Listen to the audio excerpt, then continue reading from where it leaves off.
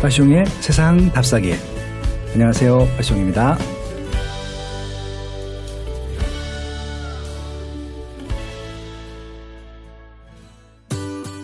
네, 안녕하세요.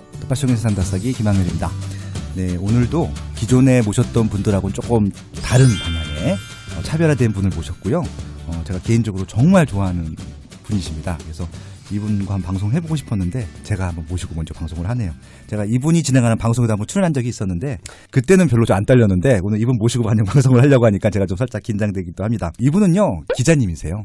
경제 기자님이시고요. 제가 알고 있는 경제 분야 기자 중에서는 가장 취재를 잘하시고 가장 방송도 잘하시고 가장 말씀도 잘하시고 기자로서의 소명의식이라고 할까요?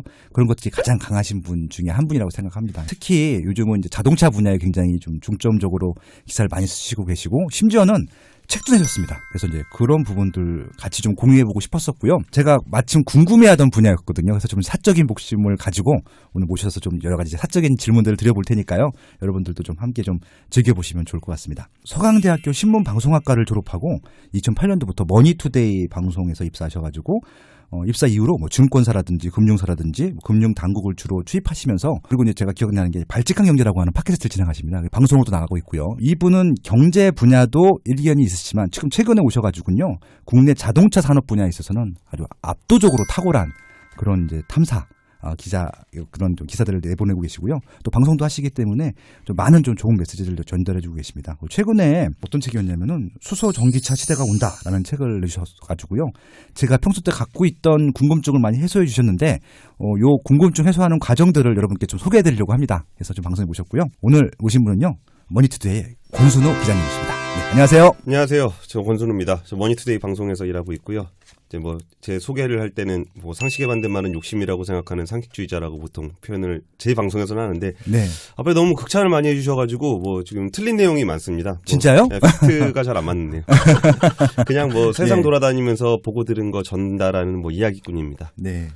근데 이분은요, 제가 봤을 때는 개인적인 욕심이 전혀 없으세요. 그러니까 저는 뭐 어떻게 보면은 팟캐스트라든지 진행하시는 분들 보면은 어느 정도 사적인 이익도 좀 반영을 해서 보통 진행을 하거든요. 근데 기자님이라 그러신지 정말 담백하고 세상에 꼭 필요한 궁금증을 많이 전달해 주시는 그런 부분에 있어서 굉장히 탁월한 능력을 갖고 계시다고 생각하십니다. 그래서 돈을 잘 못 번다는 얘기죠.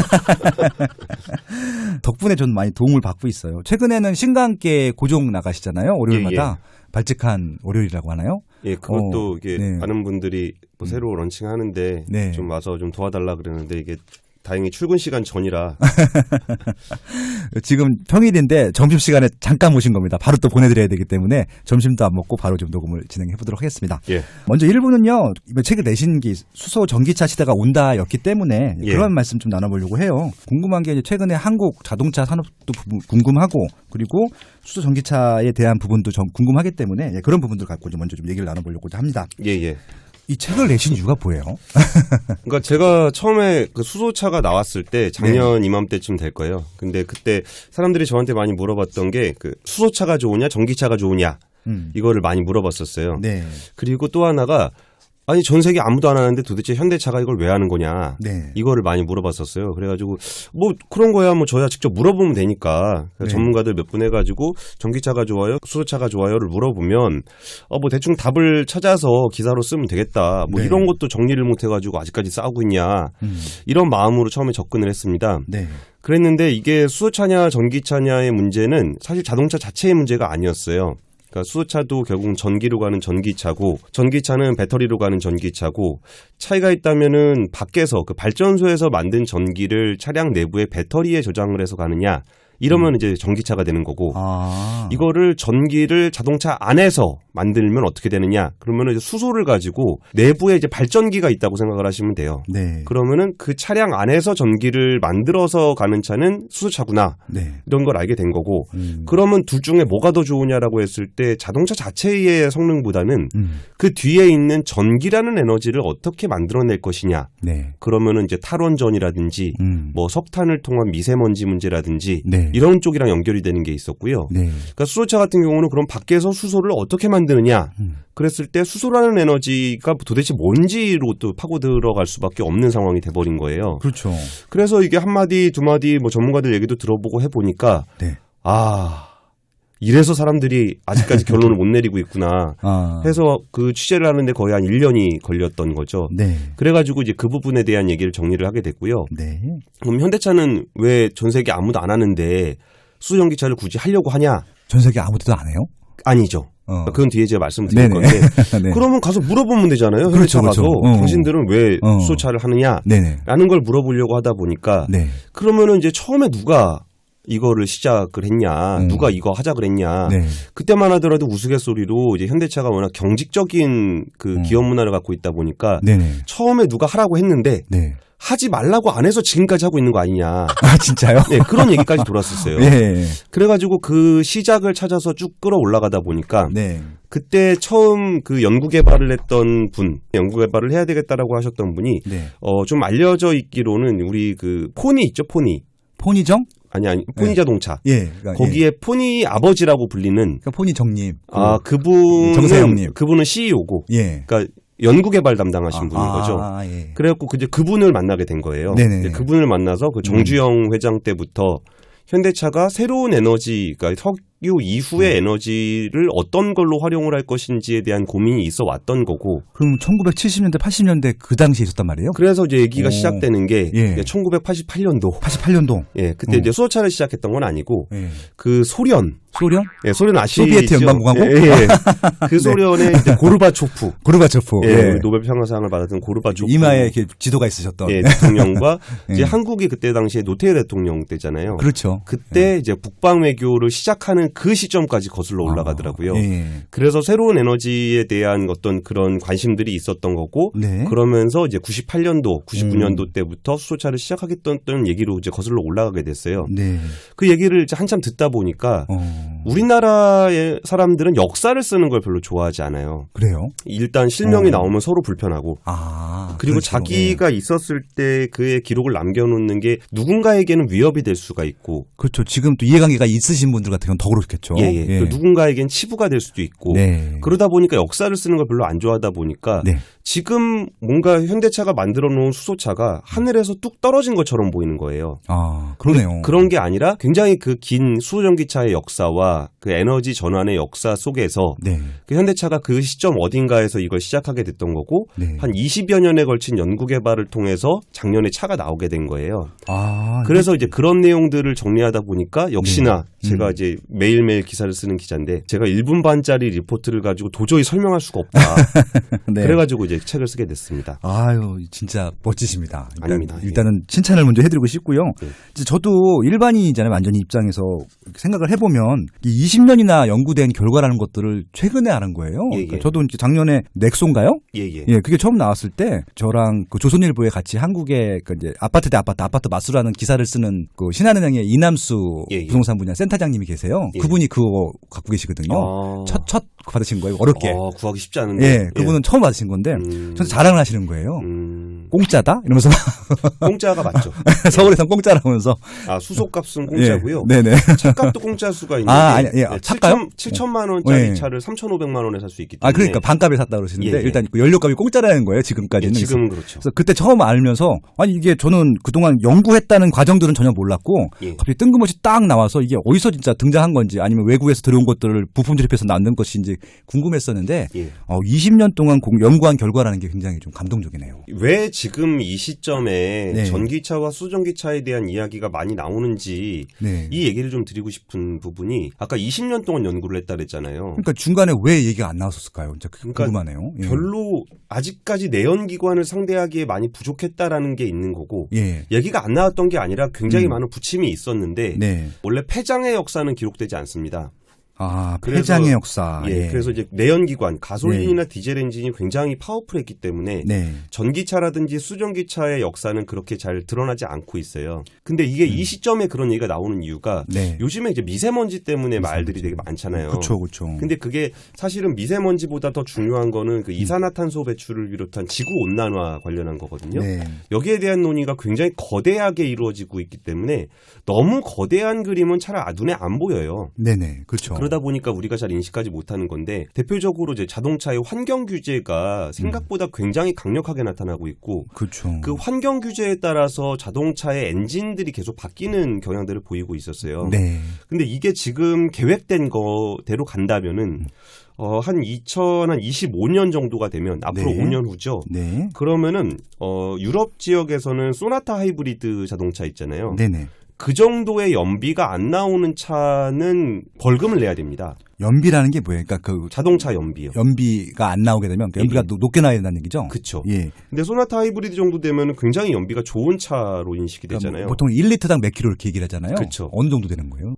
2025년이 되면은 네네. 킬로미터당 81g의 이산화탄소를 배출해야 되는데 네네. 이렇게 하면 잘 실감이 잘 안 나시잖아요. 그렇죠. 일반인들은 모르죠. 그러면은 현대자동차 휘발유 자동차 중에 네. 1등급 연비를 자랑하는 i30 이게 리터당 17.3km 정도 갑니다. 와. 그럼 네. 굉장히 연비가 좋은 차잖아요. 그렇죠. 그렇죠. 이게 킬로미터당 이산화탄소 배출량이 120g이나 돼요. 네네. 그러면 아까 말씀드렸던 2025년이 되면은 네. 81g을 배출해야 되거든요. 그러면은 i30 가지고도 안 되는 거예요. 그러네요. 그럼 연비가 i30는 차가 작잖아요. 작죠. 그러면 네. 우리가 흔히 타고 다니는 그랜저라든지 여기에 뭐 제네시스 제네시스. 브랜드라든지 이런 건 아예 환경 규제를 맞출 수가 없는 거예요. 그러네. 그러다 2030년이 되면은 지금 하이브리드 기준으로도 우리나라에서 제일 연비가 좋은 차가 아이오닉 하이브리드거든요. 아이오닉. 예, 예. 그 전기차가 나오는 거기는 친환경차에 특화되어 있는 차량인데 네. 이것이 딱 걸려요. 어. 환경 규제에 걸리는 정도 수준이 되는 거예요. 네네. 그러면은 이거 넘어가게 되면은 뭐 그런 얘기들 하잖아요. 자동차 회사들의 뭐 내연기관을 못 팔게 하겠다라는 네네. 나라들이 좀 나오고 있거든요. 아, 그래요? 실제적으로? 예, 노르웨이라든지 이런 데는 2025년 이후에는 와. 우리가 뭐 내연기관 차는 아예 못 팔게 하겠다 이런 얘기들을 하고 있는데 네. 사실 뭐 2030년 되면은 뭐 프랑스라든지 이런 데도 못 팔게 할 계획들을 가지고 있어요. 프랑스도요? 예, 예. 와. 그런데 이게 지금 아까 말씀드렸던 이산화탄소 배출 기준, 연비 네. 기준으로 하더라도 네. 도저히 맞출 수가 없습니다. 내연기관을 가지고는 그러네요. 그 환경 규제를 맞출 수가 없는 상황이 된 거예요. 네네. 그러면은 자동차 회사 입장에서는 그 환경 규제를 맞추기 위해서는 이산화탄소 배출이 적은 차를 만들어야 되는데 그렇죠. 이게 엔진으로는 그 가솔린이나 디젤을 쓰는 입장에서는 어느 정도 한계가 너무나 명확한 거예요. 네. 그러면 지금부터 전기차라든지 수차를 준비하지 않으면 2025년이 되면은 문을 닫아야 되는 상황이 될 수가 있습니다. 그러네요. 그리고 심지어 벌금을 내면서 좀 팔면 어떻겠느냐라고 했을 때 거의 수조 원 단위, 뭐 네. 2조 원, 3조 원 되는 벌금을 내야 되기 때문에 네. 현대차가 1년 영업이익이 뭐 한 4조 원 정도 되다가 지금 뭐 3조 원, 2조 원까지 떨어졌는데 그러면 차를 만들어서 파는 이유가 전혀 없어지는 거예요. 그렇죠. 기업체는 이익을 내는 게 목적인데. 예. 그러네요. 그리고 이게 이제 평균으로 또 하기 때문에 네. 전기차를 좀 많이 만들어서 전기차는 아예 매연이 안 나오잖아요. 안 나오죠. 예, 안 나오는 네. 전기차를 만들어야 네. 조금 더 연비가 낮은 수익을 좀 더 낼 수 있는 차를 팔 수 있는 상황이 되는 거예요. 예, 예. 그러니까 자동차 회사들 중에는 볼보라든지 뭐 이런 데들은 우리는 몇 년도부터는 내연기관으로만 가는 차를 만들지 않겠다라고 얘기하는데 네. 그러면 야 저기는 정말 환경을 생각하는 정말 착한 기업이구나라는 생각들이 들긴 하지만 네. 사실은 그렇지 않은 거예요. 어. 어차피 못 팔게 되는 상황을 한 2, 3년 정도 앞두고서 얘기하는 거거든요. 그렇죠. 그럼 어차피 1, 2년 있으면 못 파는 차니까 네. 우리가 먼저 친환경적인 이미지를 선도하는 게 낫겠다라는 차원에서 뭐 1, 2년을 당기는 것뿐이지 네. 어차피 그 시대가 되면은 모든 자동차 회사들은 전기차라든지 수전기차 최소한 하이브리드에서도 굉장히 고연비 하이브리드 차를 팔 수밖에 없는 상황이 돼버린 거예요. 그러네요. 그러면 자동차 내연기관 자동차에 비해서 성능이 좀 안 좋은 것 같은데 네. 뭐 전기차 하면은 뭐 30분씩 40분씩 급속 충전을 해야 되고 집에서 완성 충전하면 8시간씩 걸리는데 네. 그런 차를 굳이 왜 내가 타야 되느냐라는 문제가 아니고 네. 공급 사이드에서 내연기관 차를 공급할 수 없는 상황이 지금 코앞에 닥쳐 있는 거예요. 2025년, 2030년이면 이제 10년도 안 남은 상황들인 거잖아요. 그렇죠. 그리고 자동차 회사가 엔진을 하나 개발하는데도 예. 그러니까 차세대 엔진을 개발하는데도 최소한 5년 이상 10년 걸립니다. 그렇죠. 그럼 지금부터 준비를 하지 않으면은 그 시점에 회사가 문을 닫아야 된다는 게 너무나 명약관화한 거예요. 네네. 그러니까 지금 타이밍에서 먼저 차를 내놓고 있는 거는 그 시대가 됐을 때 그럼 짠하고 내놓으면 이게 얘기가 끝나냐? 예. 그렇지 않아요. 아니죠. 예. 예. 그때 이미 그 차를 좀 많이 팔아야 차에서 또 굉장히 중요한 측면 중에 하나가 규모의 경제거든요. 네네. 차를 많이 팔아야 단가가 내려가요. 그렇겠죠, 당연히. 그러면 예. 지금부터 차를 계속 팔아서 네. 그 시점이 됐을 때 어느 정도 규모 이상의 차를 판매해 놓지 않으면 네. 자동차 회사들 간의 경쟁에서 밀릴 수밖에 없는 거예요. 그러네요. 그러면 차가 안 팔려서 문을 닫아야 됩니다. 그러네요. 그러면. 그러니까 환경 규제를 안 맞추고 있으면은 차를 못 팔아서 문제가 되는 거고. 네네. 그걸 준비를 안 하고 있으면은 차값이 비싸서 안 팔려서 망하게 되는 거고. 네네. 그럼 공급 사이드에서나 수요 사이드에서 자동차 회사들은 전기차든 수소전기차든 제로 에미션 비클, 무오염 자동차를 만들 수밖에 없는 상황이 되는 겁니다. 네네. 그래가지고 지금 상황에서 되게 다양한 회사들이 우리가 전기차를 만들겠습니다. 수전기차를 만들겠습니다라는 얘기가 나오고 있는 거죠. 배터리 전기차가 무오염 전기차가 안 된다면 네. 그럼 그 다음 대안으로서 뭐가 있겠느냐라는 얘기가 나오기 시작했던 거고 예. 그때부터 수소전기차, 그전에도 수소전기차에 대한 연구가 되게 있었는데 네. 수소에너지를 활용하는 게 굉장히 어려워요. 그러니까 수소하면 괜히 그냥 원자폭탄 이런 거 생각하죠. 수소폭탄 이런 거. 예. 예. 근데 뭐 수소폭탄 얘기 뭐 잠깐 드리면은 네. 그러니까 수소폭탄은 주로 중수소라든지 뭐 네. 이중수소라든지 이런 걸 써야 되는데 네네. 한 1억도 이상의 고온 1억도요? 예.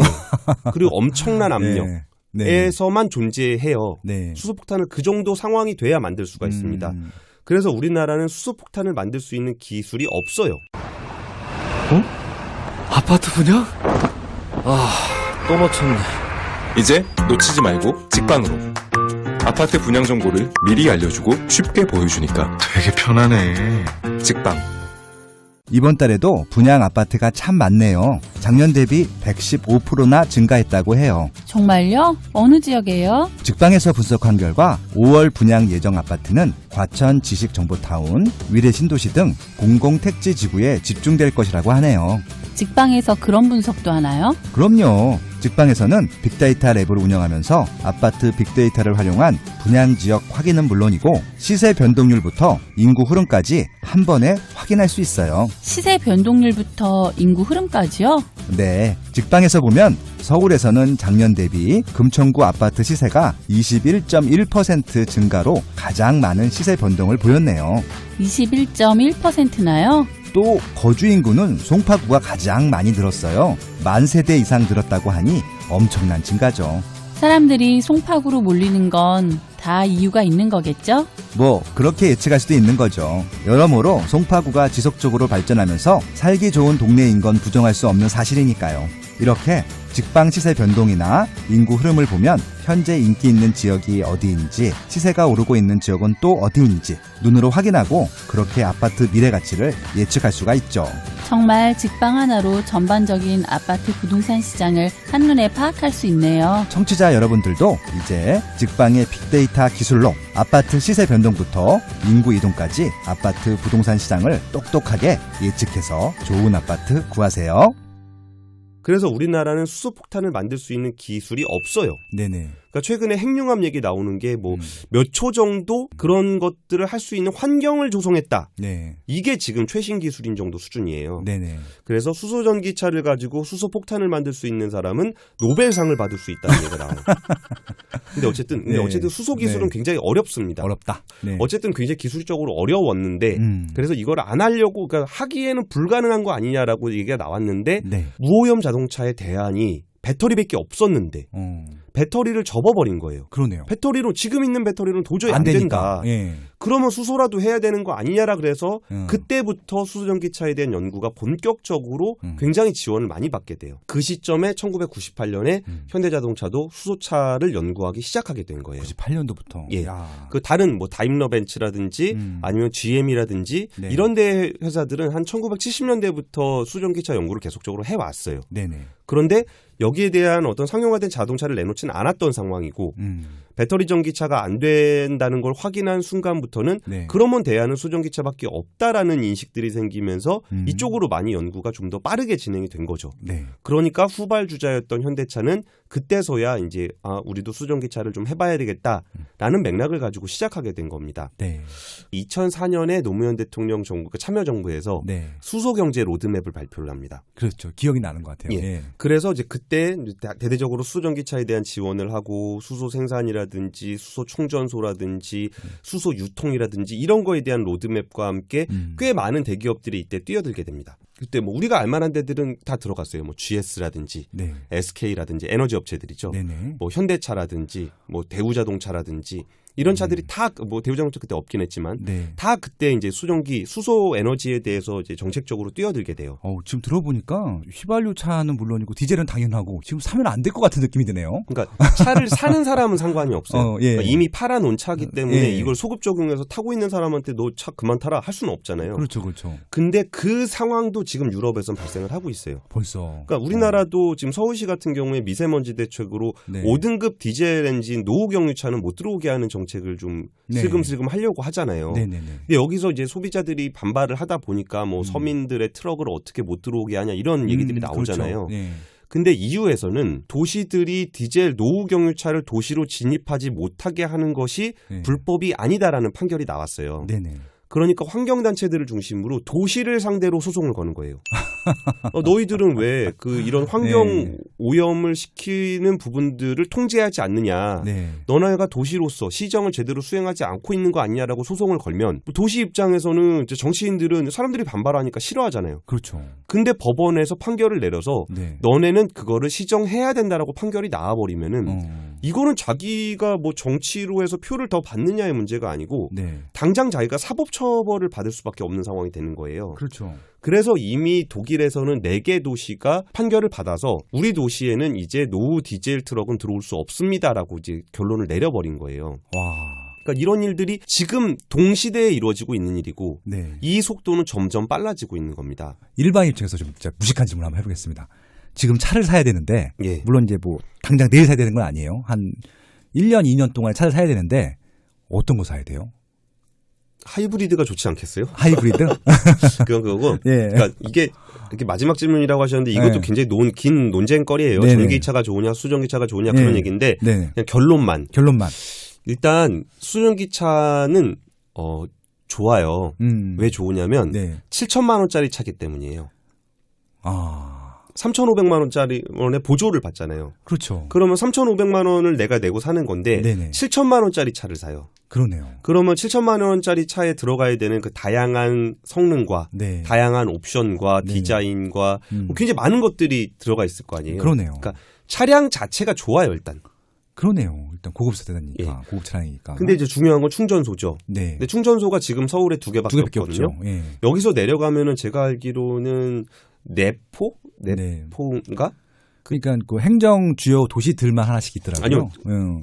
5개 도시밖에 없습니다, 네. 우리나라에. 네네. 그러니까 그렇게 많지 않아요. 네네. 그러니까 자기가 예를 들어서 울산에 산다. 네. 그러니까 울산은 이제 수소가 많이 생산되는 화학단지가 있기 때문에 네. 거기는 그나마 괜찮습니다. 네. 그러니까 자기가 집 근처에 수소 충전을 괜찮게 할 수 있는 데가 있다. 네. 이러면은 일단 차값이 7천만 원짜리 차를 3,500에 살 수 있기 때문에 괜찮은 것 같아요. 네.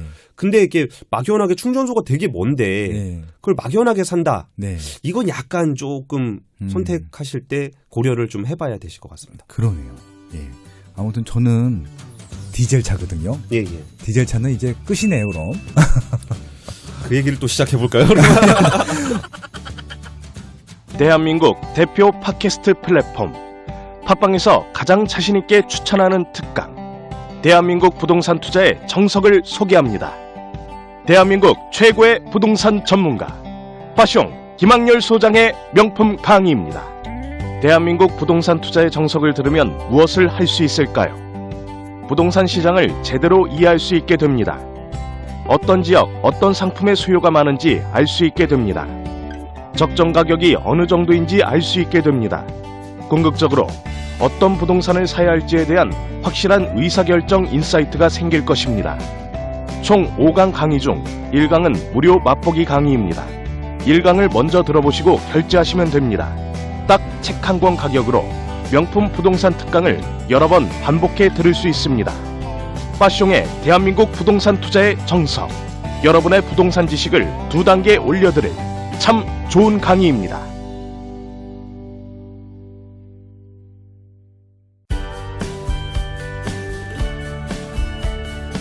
파숑의 세상 답사기.